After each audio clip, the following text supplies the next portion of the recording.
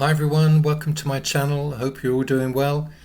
Today I've got some CDs to show you, most of which came from charity shops or thrift stores as you call them in America, and they were £1 or less. First up, it's Loudon Wainwright III and his album History, which came out on the Virgin label in 1992, and I paid 20 pence for this at a charity shop. 1992 found him on a major label and in peak songwriting form with a varied musical accompaniment which kept his album interesting. It was in a far more reflective mood than normal because his father had just died, and amongst the highlights is a rendition of a song by his father called Handful of Dust, which is very touching. There's also a very moving song called Men, which is another highlight, and also So Many Songs, which has lovely pedal steel guitar and backing vocals by Kate and Anna McGarrigle and the Roaches. There's the details on the back. Next, an excellent compilation of mainly chess blues recordings from the 1950s, which came out on MCA, called Woke Up This Morning. And there's the details on the back. It's an excellent overview of the era, and it's chock full of classics. So amongst the great tracks you've got Smokestack, Lightning, Howling Wolf, My Babe, Little Walter, Wang Dang Doodle, Coco Taylor, I'm Your Hoochie Coochie Man, Muddy Waters, and the backroom guy, Willie Dixon, really comes out as the star of this compilation.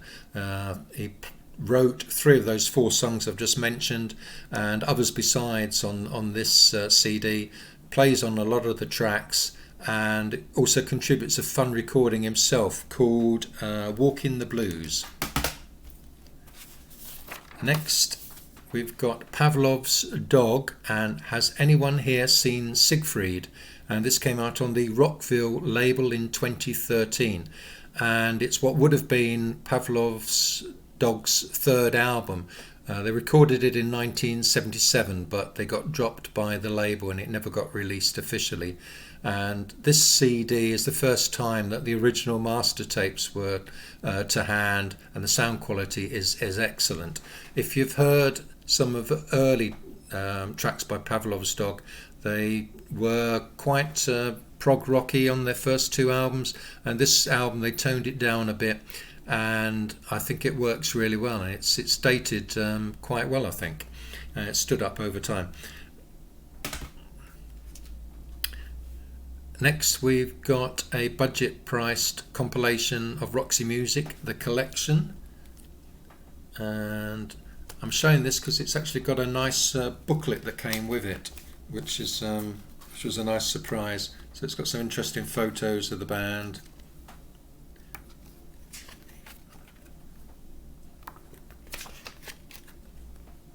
A flavour of the booklet. It certainly sounds stunning to me, especially the track Love Is the Drug, and also Paul Thompson's drumming really cuts through on this CD recording. It's got 1 or 2 deeper cuts on it as well, the pick of which I think is the Thrill of It All, which was on the album Country Life. So if you see this on your travels, it's definitely worth picking up. And next it's the Once list, and it's 17 soulful rare grooves by various artists, and this is on the Soul Brother label. I picked this up for 50 pence from a charity shop at the same time as I bought the Anne Shelton anthology CD that was also on Soul Brother. I think I mentioned that in my last CD purchases video. Sadly, quite a bit of the music on this CD isn't to my personal taste. It's very bland 1980s soul, but there are some tracks that I really do rate. I like Irma Franklin's version of Light My Fire, the Doors song. Irma Franklin's the sister of Aretha Franklin. The Love Unlimited Orchestra contribute a track which I'd not heard before called Midnight and You, which has a typical Barry White spoken intro to it, and one One of the better tracks is On the Loose by High Rhythm, and they were the backing band at High Studios, and they recorded one album, and they really had the potential to cross over between rock and rhythm and blues, but unfortunately the album didn't do particularly well. Next up, this is a record shop purchase. I've got 3 or 4 record shop purchases to show you in this video, and I paid £3 for this. God knows why, because I don't particularly like Frank Zappa, and although I do admire his guitar playing and the fact that he loved doo-wop music, and this is really dated. The attempts at humour are just cringe-inducing, but it does have one or two musical highlights. I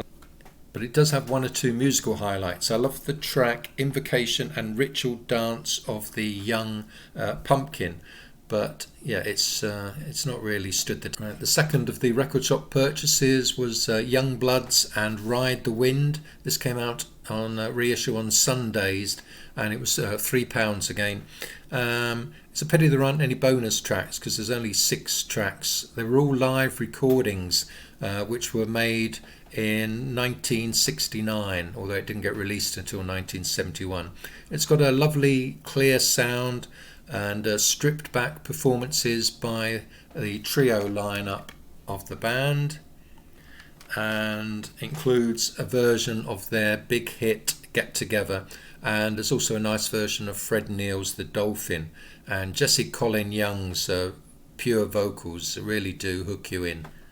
And here's one I was just playing earlier today, Frank Sinatra, Only the Lonely, and this was a 60th anniversary CD reissue, which comes as a double, including a mono version and stereo version remastered, and it was £3 brand new sealed from the record shop that I went to, and it's a beautiful mood piece focusing on songs of love lost, and he lives every word of the songs, and is complemented perfectly by Nelson Riddle's arrangements.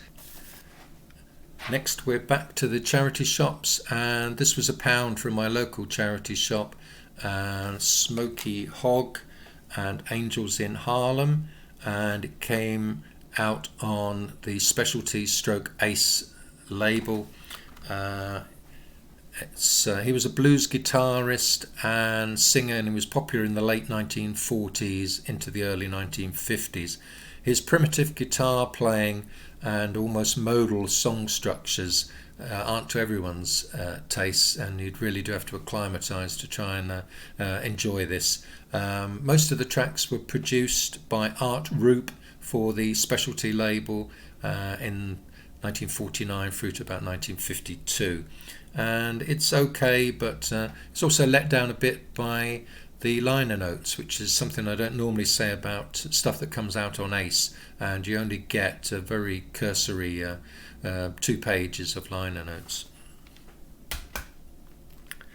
Next, we've got a fantastic buy. This was 50p sealed from a charity shop in a nearby town, and it's called Starting As We Mean to Go On by Mason, and it came out on the Cherry Tree label, which was, or I don't think it's going now, was one of the labels put out by Cherry Red Records, and at the time the label was run by David Wells, who's since gone on to head up the Grapefruit label at Cherry Red.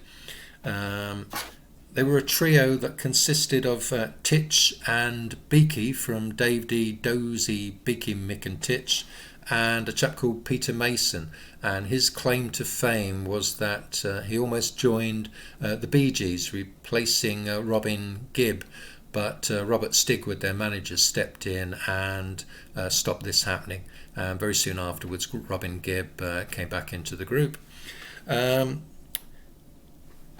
They got signed to Pi's progressive rock label Dawn in the early 70s, and they released a couple of singles, and the album that they were going to put out got to test pressing stage, but because the singles had flopped, the label decided not to put it out, and it didn't come out obviously until this came out in about 2010.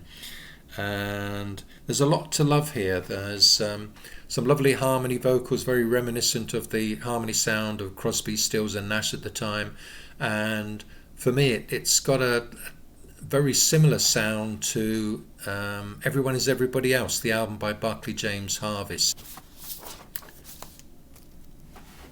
And moving on, we've got 1977 album, A Period of Transition by Van Morrison, and I got this for 20 pence at a charity shop. It's got some strengths, so the presence of Dr. John as co-producer, arranger and keyboard player certainly helps, and gives it a Southern States R&B soul gospel feel. But what lets it down is the songwriting of Van Morrison. They feel very much like sketches for songs, and there isn't any lyrical depth at all there isn't any lyrical depth at all in the songs. And it's also only got 7 tracks, which feel like they're being padded out to try and bring this up to album length. And next we've got Greg Russell and Kieran Alger, their second album, The Cool. They're a English folk duo that play mainly guitar and fiddle. This came out in 2012, £1 from my local charity shop. And they're one of the young acts that have helped rejuvenate the English folk scene in the 21st century. And the traditional songs, the Rose in June and the Cockfight, are particularly fine. And I also like an original song by Kieran Alger called Away from the Pit, which I think works well. It's on the Fellside label, and for some reason I keep finding releases by Fellside in charity shops. No idea why that would be. And next up, this was another one from the record shop. I paid £5 for this, and it's Orphans, Brawlers, Ballers and Bastards by Tom Waits, which came out on the Anti label, and it's more than 3 hours of previously unreleased tracks. And it's another artist, a bit like Frank Zappa, who I struggle with, so I think the only reason I bought this is because of the lovely packaging. So it comes with a lovely book format, and all the lyrics are in a 100-page booklet that's included with it. And so yeah, the packaging drew me in, and some of the lyrics here, I have to say, are truly astounding, and they're written with a novelist's eye for detail.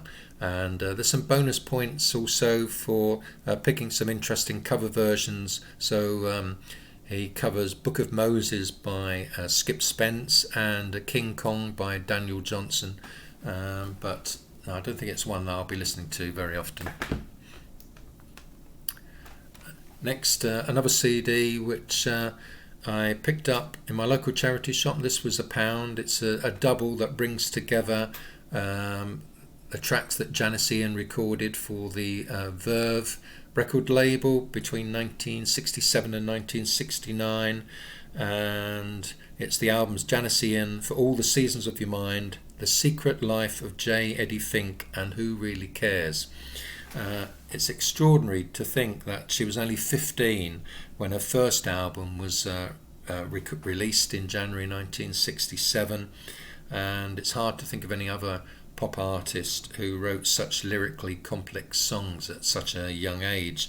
Her contemporary Tim Buckley, maybe, although he was a couple of years older, maybe Kate Bush in the 70s, and so yeah, it's a perfect introduction to her early career. And finally, I've got Ricky Lee Jones' CD called The Sermon on Exposition Boulevard, which was £1, brand new sealed at a car boot sale. And the album was inspired by a book by her then boyfriend Lee Cantillon called The Words, which presented the words of Jesus Christ. She took this as a starting point and then improvised her own words in the studio, and I've only dipped into some of the tracks on YouTube, so I'll have to reserve judgment on whether this is any good. It may well be a grower, and I did like the track Circle in the Sand, which reminded me a bit of a female version of Neil Young. And kudos to her for trying something different. She's always been an adventurous artist that hasn't just kept to one musical form. Okay, that's it for today, and I hope to see you again very soon, so take care.